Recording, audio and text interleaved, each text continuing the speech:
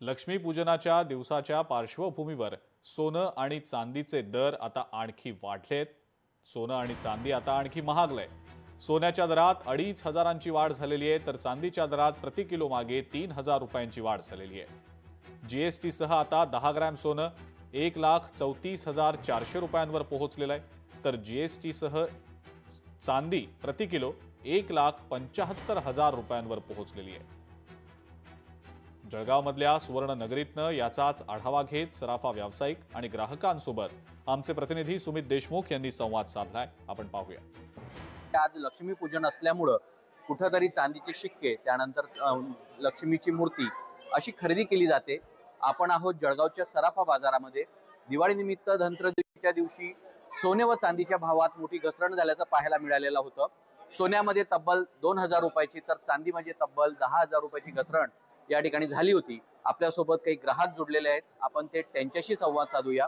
धनत्रयोदशीच्या दिवशी कमी झाले होते भाव, म्हणून आम्ही ठरवलं की आता घेऊयात सोनं, पण 2 दिवसात लगेच 2500ने भाव वाढले।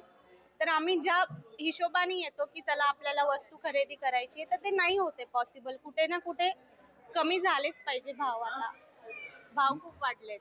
दादा काय सांगणार, धनत्रयोदशीच्या दिवशी 2000ने घसरण झाली होती, मात्र आता लक्ष्मीपूजन आहे, आज 2500ने पुन्हा वाढलेत। हो, आज परत सोन्याचे भाव 2500 रुपये वाढले आणि चांदीचे भावही 1,74,000 पर्यंत आज पोहोचलेले आहे। लक्ष्मीपूजनचा आज दिवस आहे। सकाळपासून ग्राहकांनी चांदीचे शिक्के, चांदीच्या मूर्त्या घ्यायला सुरुवात केलेली आहे। दिवसभरात अशीच गर्दी राहील आणि चांदीमध्ये मोठी उलाढाल व्हायची शक्यता आहे। 2025च्या एंड पर्यंत सोन्याचे भाव जवळजवळ 1,35 पर्यंत, 1,35 1,40 पर्यंत जायची शक्यता आहे।